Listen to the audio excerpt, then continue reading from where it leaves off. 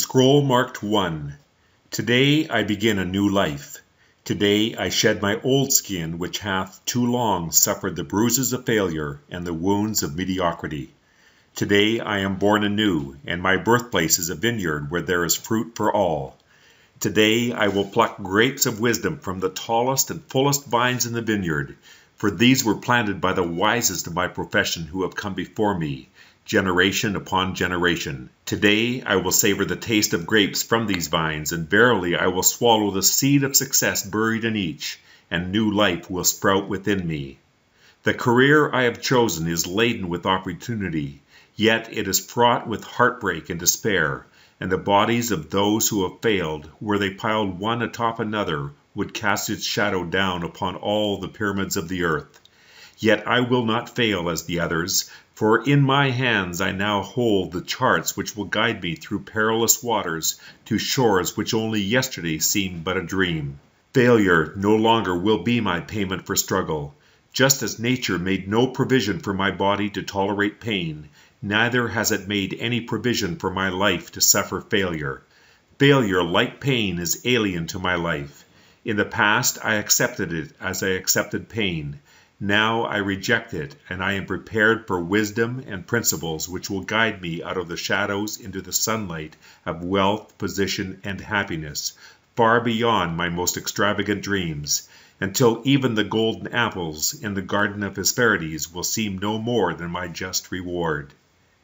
Time teaches all things to he who lives forever, but I have not the luxury of eternity. Yet within my allotted time I must practice the art of patience, for nature acts never in haste.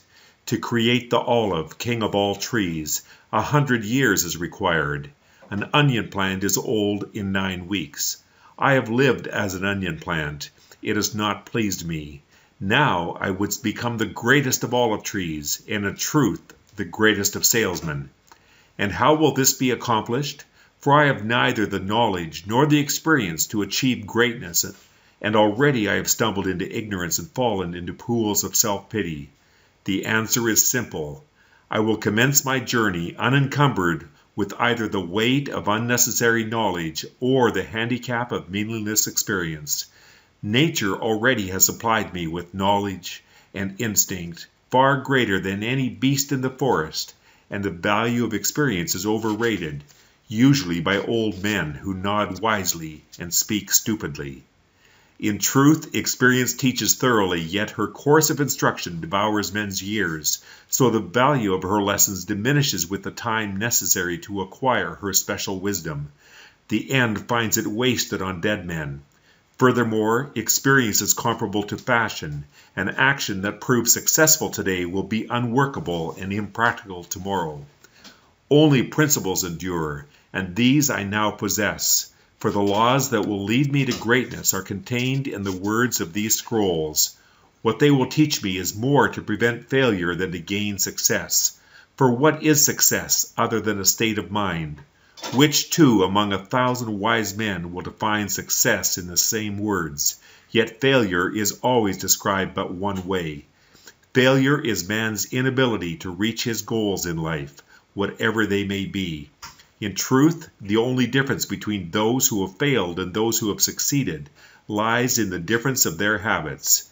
Good habits are the key to all success. Bad habits are the unlocked door to failure. Thus, the first law I will obey, which precedeth all others, is, I will form good habits and become their slaves.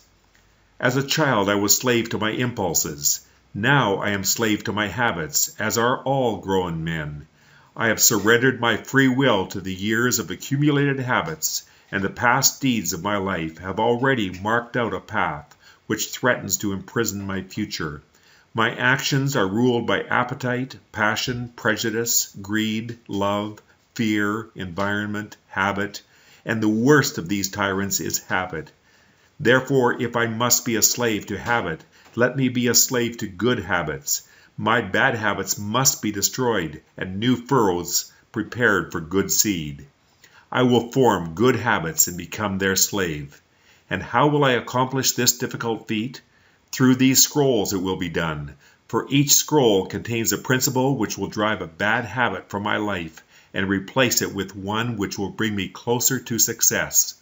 For it is another of nature's laws that only a habit can subdue another habit. So in order for these written words to perform their chosen task, I must discipline myself with the first of my new habits, which is as follows. I will read each scroll for 30 days in this prescribed manner, before I proceed to the next scroll. First, I will read the words in silence when I arise. Then I will read the words in silence after I have partaken of my midday meal. Last, I will read the words again just before I retire at day's end. And most important, on this occasion I will read the words aloud. On the next day, I will repeat this procedure, and I will continue in like manner for 30 days. Then I will turn to the next scroll and repeat this procedure for another 30 days. I will continue in this manner until I have lived with each scroll for 30 days, and my reading has become habit. And what will be accomplished with this habit? Herein lies the hidden secret of all man's accomplishments. As I repeat the words daily, they will soon become a part of my active mind. But more important, they will also seep into my other mind, that mysterious source which never sleeps, which creates my dreams and often makes me act in ways I do not comprehend. As the words of these scrolls are consumed by my mysterious mind, I will begin to awake each morning with vitality I have never known before. My vigor will increase, my enthusiasm will rise, my desire to meet the world will overcome every fear I once knew at sunrise, and I will be happier than I ever believed it possible to be in this world of strife and sorrow. Eventually, I will find myself reacting to all situations which confront me, as I was commanded in the scrolls to react, and soon these actions and reactions will become easy to perform, for any act with practice becomes easy. Thus, a new and good habit is born, for when an act becomes easy through constant repetition, it becomes a pleasure to perform, and if it is a pleasure to perform, it is man's nature to perform it often.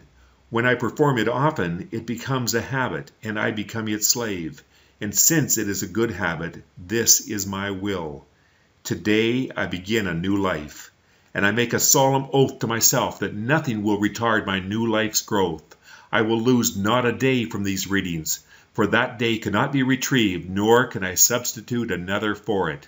I must not, I will not break this habit of daily reading from these scrolls, and in truth, the few moments spent each day on this new habit are but a small price to pay for the happiness and success that will be mine. As I read and reread the words in the scrolls to follow, never will I allow the brevity of each scroll nor the simplicity of its words to cause me to treat the scroll's message lightly. Thousands of grapes are pressed to fill one jar with wine, and the grape skin and pulp are tossed to the birds. So it is with these grapes of wisdom from the ages. Much has been filtered and tossed to the wind. Only the pure truth lies distilled in the words to come.